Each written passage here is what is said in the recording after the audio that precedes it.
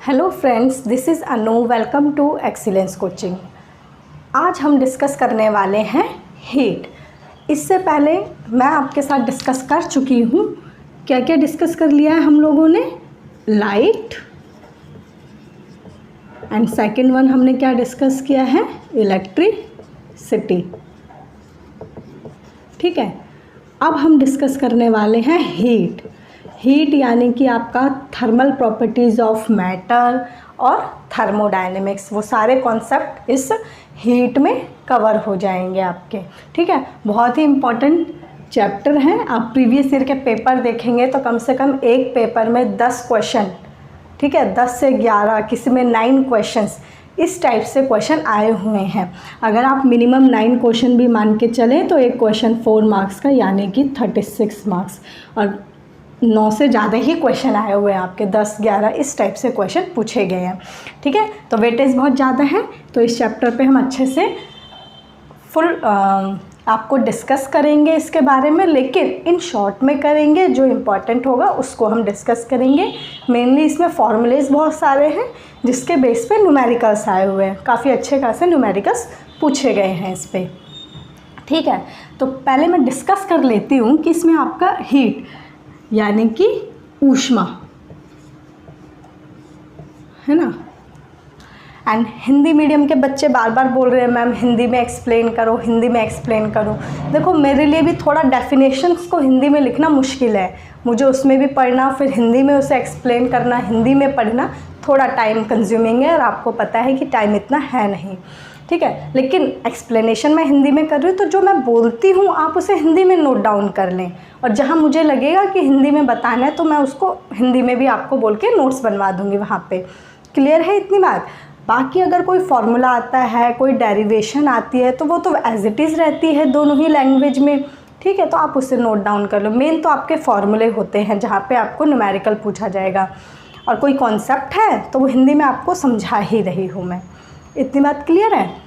चलिए देखते हैं इसमें है क्या क्या। आपको हीट में मेनली पढ़ना क्या क्या है, आपको थोड़ा सा मैं आपको एक्सप्लेन कर देती हूँ पढ़ाने से पहले कि हीट में हमें पढ़ना क्या है। इसमें आपको मेनली क्या देखना है? Heat, temperature. ठीक है, टेम्परेचर के कन्वर्जन्स, डिग्री, फ़ारेनहाइट, यही सबसे पहले हम डिस्कस करने वाले हैं आज। ठीक है, हीट बहुत ही इम्पॉर्टेंट है। इसके अंदर आपका सारा आ जाता है स्पेसिफिक, आपके जो है specific thermal capacity, heat capacity, thermal heat capacity. ठीक है, और क्या आता है? मोलर हीट कैपेसिटी और थर्मल एक्सपेंशंस, सारे जो लीनियर, वॉल्यूम, ये सारा आ जाएगा। Anomalous behaviour of thermal expansion आ जाएंगे, एनोमलस बिहेवियर ऑफ वाटर आ जाएगा इसमें। और क्या आएगा इसमें? Specific heat capacity for the solid, liquid and gas, for the diatomic, monoatomic and for the polyatomic. तो ये बहुत इंपॉर्टेंट है, इसमें बहुत कुछ है पढ़ने के लिए जो कि हम कंटिन्यू करेंगे आगे। एंड इसमें और क्या आता है? आपका इम्पॉर्टेंट वन है ब्लैक बॉडी के बारे में। ब्लैक बॉडी में आपके मेनली जैसे कि हैं विन्स डिस्प्लेसमेंट की बात करी गई है, स्टीफन बोल्ट्जमैन के बारे में बात की गई है। ये सारे छोटे छोटे से टर्म्स हैं, डेफिनेशंस हैं एंड फॉर्मूले हैं जिन पे आपसे न्यूमेरिकल पूछे गए हैं, बिल्कुल 100% पूछे गए हैं। 3-4 टॉपिक हैं आपके ब्लैक बॉडी में जो कि बहुत ही इंपॉर्टेंट है, और इस पर क्वेश्चन पूछा गया आपसे। और कौन सा आ गया इसमें? आपका विन्स डिस्प्लेसमेंट, स्टीफन हो गया, आपका ऑफ लॉ आ गया। ठीक है, ये 3-4 टॉपिक ऐसे हैं जिन पे क्वेश्चन आपसे पूछे गए हैं, तो ये सभी हम डिस्कस करेंगे आपसे 1 by 1 in this chapter. Clear है? तो स्टार्ट करते हैं आज। What is heat? हीट होता क्या है आपका?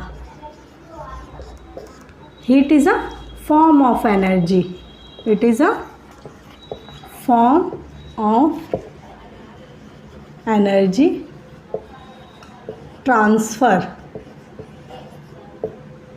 between one और मोर सिस्टम। और क्या डेफिनेशन हो सकती है इसकी? Between heat transfer between system और सराउंडिंग। सॉरी, ब्लू पेन से लिख दिया, कंटिन्यू करती हूँ ब्लैक से। बिटवीन सिस्टम और surrounding due to temperature difference. Mainly आप हीट से क्या समझते हैं? यही तो होता है हीट, कि एनर्जी का ट्रांसफ़र होना, ठीक है, between the system and the environment. यहाँ पे कोई बॉडी है, मान लो इसमें गर्म कुछ भी है, ठीक है, तो ये क्या होगा, धीरे धीरे अपने हीट को लॉस कर देगा सराउंडिंग में। ये आपका सराउंडिंग हो गया, जो हमारा एनवायरनमेंट है, ठीक है। इस बॉडी में कोई हीट चीज़ है जो गर्म है, ठीक है, जैसे मान लो चाय है, तो इसमें क्या, ये धीरे धीरे अपनी एनर्जी को क्या करेगा, बाहर लॉस करेगा, तो ये धीरे धीरे क्या होता जाएगा, कूल डाउन होता जाएगा, ठीक है। क्यों हो रहा है ये?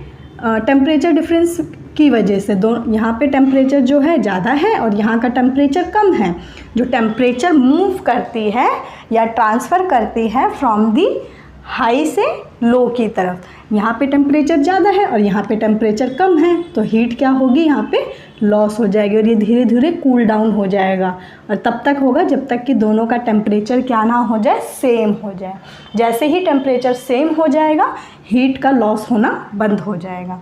क्लियर है? तो सिंपल भाषा में हीट क्या है, यही है, सिस्टम एंड सराउंडिंग के बीच में जो हीट ट्रांसफ़र होता है mainly due to temperature difference. Clear है इतनी बात? अब इसकी यूनिट की बात करें हम। अभी हीट में हम बहुत कुछ पढ़ेंगे, ठीक है, आगे चल के, ये जस्ट इंट्रोडक्शन मान लो, ठीक। तो आगे चल के इसमें सारा हम स्पेसिफिक हीट, कैपेसिटी सब कुछ पढ़ेंगे। तो यूनिट कौन सी होती है, सबको पता है, कैलोरी और किलो कैलोरी। अगर ऐसा यूनिट की बात करें तो क्या है, जूल, ठीक है। और एक चीज़, अगर 1 कैलोरी की बात करें कि 1 कैलोरी में कितने जूल होते हैं, तो 4.182 जूल। ये क्वेश्चन आपसे पूछा गया था प्रीवियस ईयर पेपर में, ये रिलेशन पूछ लिया गया था आपसे। क्लियर है? तो जितनी इंपॉर्टेंट टर्म्स होंगी शॉर्ट में मैं आपको सारा एक्सप्लेन करूँगी, छूटेगा कुछ भी नहीं आपका। क्लियर है? टेम्परेचर,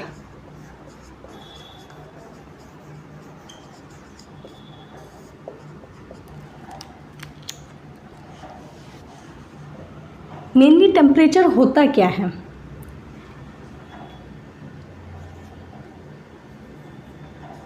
टू मेजर हॉटनेस और कोल्डनेस ऑफ अ बॉडी। किसी भी बॉडी का, कोई बॉडी कितनी हॉट है और कोई बॉडी कितनी कोल्ड है, उसको मेज़र करने के लिए हम क्या यूज़ करते हैं, टेम्परेचर। टेम्परेचर से ही पता चलेगा कोई बॉडी कितनी, उसकी हॉटनेस कितनी है और उसकी कोल्डनेस कितनी है। क्लियर है? अगर इसके टेम्परेचर, इसमें 3 स्केल्स होते हैं मेनली, ठीक है, कौन कौन से होते हैं, फ़ारेनहाइट,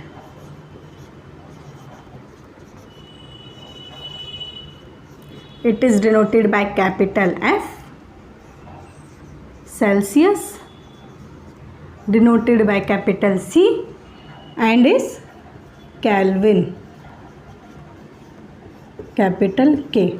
ये सब आपको पता होगा, लेकिन मैं एक रिवीजन करा दे रही हूँ क्योंकि क्वेश्चन पूछे गए हैं आपसे, इस पे भी टेम्परेचर पे आपकी कन्वर्जेंस आई हुई हैं और एक क्वेश्चन और पूछा गया जो मैं आपको अभी बताऊँगी, ठीक है। इसलिए ये मत बोलना कि आप इतना इजी पढ़ा रहे हो, है इसलिए स्टार्टिंग है तो मैं आपको समझा दे रही हूँ। क्लियर है? अगर इसकी यूनिट की बात करें, एसआई यूनिट की, तो ये आप सबको पता है क्या है, केल्विन है, ठीक है। अब देखते हैं इसका कन्वर्जन, देखते हैं कन्वर्जन ऑफ स्केल्स।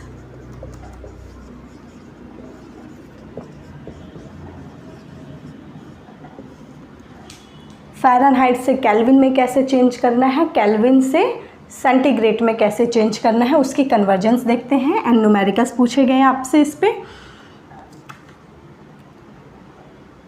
इसमें सबसे पहले आप ये नोट डाउन करेंगे, f-32 divided by 180 degree equals to C-0 divided by 100 degree equals to K-273 divided by 100। ये आपका बहुत इम्पॉर्टेंट है फॉर दी न्यूमेरिकल्स, और आपको ये रटना नहीं है, ठीक है, रटना नहीं है, समझना है कैसे है। देखते हैं हम कैसे आया है ये फॉर्मूला। वाटर, दो ही चीज़ होती है, वाटर या तो बॉईल करेगा या फिर वाटर क्या करेगा, फ्रीज करेगा, जमेगा, ठीक है, आइसिंग पॉइंट। एक होता है आपका absolute zero,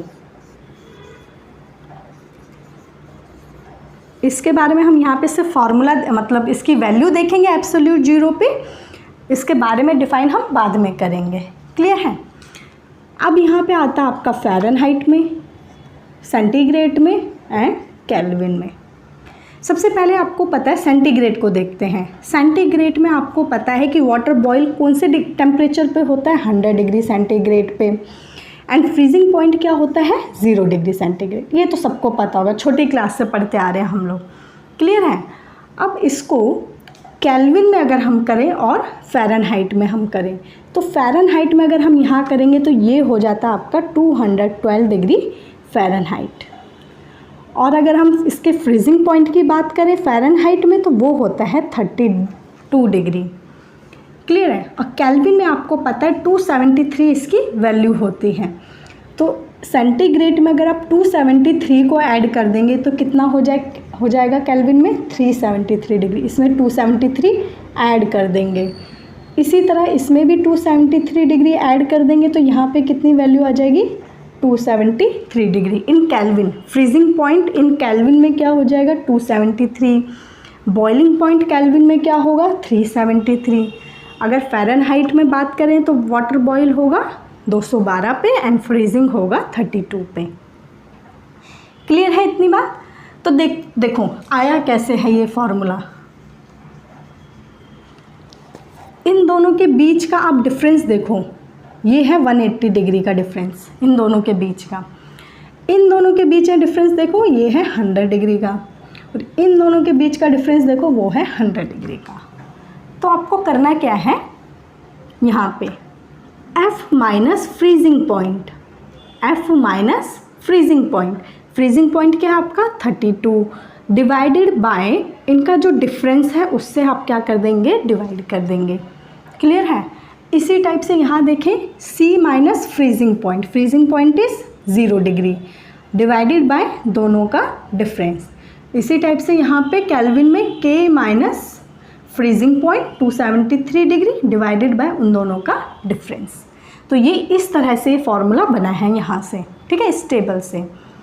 okay, absolute zero की बात करें अगर हम, तो आपको पता है डिग्री सेंटीग्रेड में 273 डिग्री एक मिनिमम टेम्परेचर है, ठीक है, जहाँ पे आइसिंग से भी नीचे चला जाता है टेम्परेचर, ठीक है। और फ़ारेनहाइट में बात करें तो ये होता है आपका, तो ये होगा आपका 459 डिग्री फ़ारेनहाइट। और अगर केल्विन में बात करें तो सिंपली इसमें क्या करना है, 273 ऐड कर देंगे। 273 ऐड होगा तो ये क्या हो जाएगा, यहाँ पे केल्विन में 0 हो जाएगा, 0 डिग्री, ठीक है। तो ये एब्सोल्यूट ज़ीरो को यहाँ से याद रखेंगे। बाकी ये समझाया गया ताकि ये फार्मूला कैसे बना है, ठीक है। सर कुछ हम और इम्पॉर्टेंट चीज़ें देख लेते हैं, जैसे कि आपका ह्यूमन बॉडी का टेम्परेचर कितना होता है। ह्यूमन बॉडी का टेम्परेचर 37 डिग्री सेंटीग्रेड। अगर फ़ारेनहाइट में बात की जाए तो 98.6 डिग्री फ़ारेनहाइट। क्लियर है। सेकंड चीज़ अगर हम देखें, मैक्सिमम डेंसिटी ऑफ वाटर,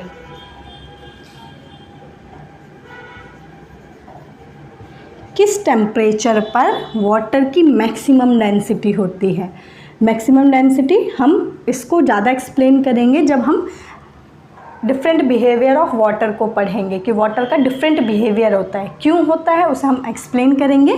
तो उसी टाइम एक मैक्सिमम डेंसिटी होती है वाटर की जिसका टेम्परेचर होता है 4 डिग्री सेंटीग्रेड। ये क्वेश्चन पूछा गया है कि किस टेम्परेचर पे वाटर का डेंसिटी क्या होता है, मैक्सिमम होता है। तो वो है आपका 4 डिग्री सेंटीग्रेड, और अगर फ़ारेनहाइट में बात की जाए तो ये होता है 39.2 डिग्री फ़ारेनहाइट। क्लियर, छोटी छोटी टर्म्स हैं जहाँ क्वेश्चन पूछा गया आपसे। And one of the most important 2016 में क्वेश्चन पूछा गया है आपसे, -40 degree fahrenheit equals to -40 degree centigrade. ये क्वेश्चन पूछा गया 2016 में कि at which temperature the numerical value of the Fahrenheit and the Celsius has the same value, यानी कि किस टेम्परेचर पे फ़ारेनहाइट और सेल्सियस की सेम न्यूमेरिकल वैल्यू होती है।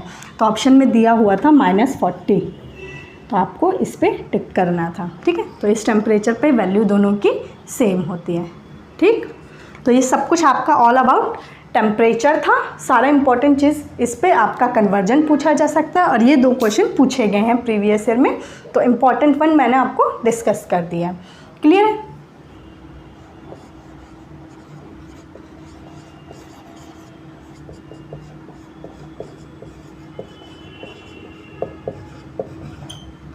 अब हम बात करते हैं थर्मल एक्सपेंशन की। थर्मल का मतलब क्या है, हीट, एंड एक्सपेंड का मतलब एक्सपेंड होना, किसी भी चीज़ का फैलना। जब आप किसी भी बॉडी को हीट प्रोवाइड करते हैं तो बॉडी क्या करती है, एक्सपेंड करती है। ठीक है, कॉन्ट्रैक्ट भी करती है, लेकिन इस केस में ये एक्सपेंड करती है। तो क्या होता है इसकी definition, change in dimensions due to increase in temperature। ठीक है, जैसे ही टेम्परेचर को आप इंक्रीज करेंगे तो किसी भी बॉडी के डायमेंशंस ऑफ बॉडी, किसी भी बॉडी के डायमेंशंस में क्या होने लगता है, चेंज। चाहे कोई सॉलिड हो, लिक्विड हो या फिर गैस हो, आप इन तीनों को ही अगर हीट करते हैं तो ये क्या करता है, एक्सपेंड करता है। ठीक, क्यों एक्सपेंड करता है, रीज़न क्या है। जैसे कि सॉलिड है, इसमें पार्टिकल्स क्या होंगे, काफ़ी क्लोज पैक्ड होंगे। ठीक है, काफ़ी क्लोज होंगे। जैसे ही आप इसको क्या करोगे, हीट करोगे, तो क्या होगा, इनके पार्टिकल्स में एक रैंडम मोशन होने लग जाएगा। उस रैंडम मोशन की वजह से क्या है, जितना ये कॉम्पैक्ट थे, हीट करते ही वो थोड़ा सा एक्सपेंड करने लगेंगे, थोड़ा सा और जगह घेरने लग जाएंगे। तो जैसे ही वो एक्सपेंड करेंगे तो ये बॉडी क्या हो जाएगी, एक्सपेंड होने लग जाएगी। ठीक, लिक्विड की अगर हम बात करें तो इसमें क्या होता है, पार्टिकल्स जो होते हैं थोड़ा सा ज़्यादा स्पेस होता है कंपेयर टू सॉलिड, स्पेस थोड़ा ज़्यादा होता है। तो क्या करेंगे, हीट करेंगे तो ये और भी ज़्यादा स्पेस ले लेते हैं, क्योंकि इनके पास ऑलरेडी इतना स्पेस होता है, तो और ज़्यादा वो रैंडमली ईजिली मूव कर सकते हैं। जितना मूव करेंगे उतना ही ये क्या करेगा, एक्सपेंड करने लग जाएगा। एंड गैस की बात करें तो इसमें तो पार्टिकल्स और भी ज़्यादा रैंडमली मूव करते हैं, ज़्यादा स्पेस होता है पार्टिकल्स के बीच में, तो ये क्या करेगा, ईजिली मूव कर पाएगा, रैंडमली मूव कर पाएगा। तो गैस और भी ज़्यादा एक्सपेंड करता है। तो कंपैरिजन करें एक्सपेंशन की तो सॉलिड से ज़्यादा लिक्विड और लिक्विड से ज़्यादा गैस एक्सपेंड करता है। क्लियर है? नाउ अब ये एक्सपेंशन 3 टाइप्स से होते हैं। ये थर्मल एक्सपेंशन क्या होता है, 3 टाइप्स से होते हैं।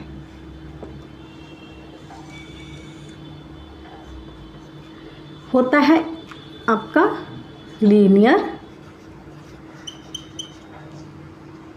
Aerial and volume. आपको नाम से ही पता चल रहा है, लीनियर यानी कि expansion in length due to increase in temperature, यानी कि टेम्परेचर के बढ़ने पे उसके लेंथ में जो एक्सपेंशन होता है, जब लेंथ बढ़ जाती है तो उसे कहते हैं लीनियर एक्सपेंशन। क्या होगा कि एरिया में जो चेंज आएगा, expansion in area due to increase in temperature, तो इसको भी इसी तरह से डिफाइन कर देंगे आप। एंड वॉल्यूम की बात करें तो change in volume due to increase in temperature. ठीक है, अब हम इनके बात करते हैं फॉर्मूले की। तो क्या होगा, change in length divided by original length is directly proportional to change in temperature. यही होगा, टेम्परेचर जैसे जैसे बढ़ता जाएगा इसका जो ओरिजिनल लेंथ है उसमें क्या होता जाएगा, चेंज होता जाएगा, वो भी लेंथ क्या होती जाएगी, बढ़ती जाएगी। ठीक है, इसको अगर हम डायरेक्टली प्रोपोर्शनल को हटाएं तो ये हो जाता है आपका alpha L delta T. Clear है, ये आपका है formula. Delta L is a change in length, small L is a original length, alpha L is a coefficient of linear expansion. इसको लिख लेंगे, इकट्ठे लिख देंगे। यहाँ पे लिख देती हूँ, alpha L is coefficient of linear expansion. Clear है। इसी तरह एरिया की बात करें तो क्या होगा, change in area divided by original area is directly proportional to change in temperature. Temperature बढ़ेगा तो एरिया में भी क्या होगा, चेंज। तो delta a upon a is equals to alpha small a. इसको हम क्या करेंगे, alpha small a delta t. अगर यहाँ से अल्फ़ा ए की वैल्यू निकालना चाहें तो del a upon a 1 upon delta t equals to alpha a. ये फॉर्मूला आ जाता है। अल्फ़ा ए इज़ आपका area coefficient of expansion.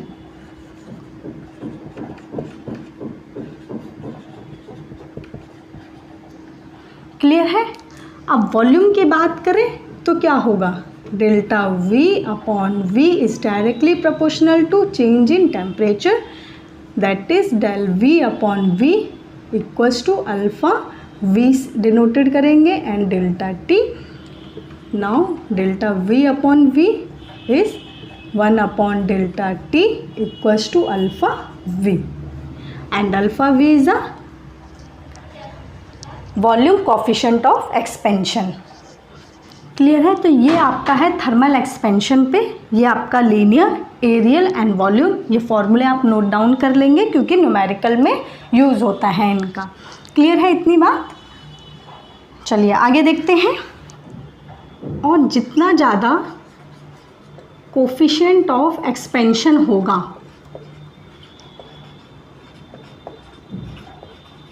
Coefficient of expansion की वैल्यू जितनी ज़्यादा होगी, यानी कि अल्फ़ा चाहे एल हो, अल्फ़ा ए हो या अल्फ़ा वी हो, इनकी वैल्यू जितनी ज़्यादा होगी बॉडी उतनी ज़्यादा क्या करेगी, एक्सपेंड करेगी।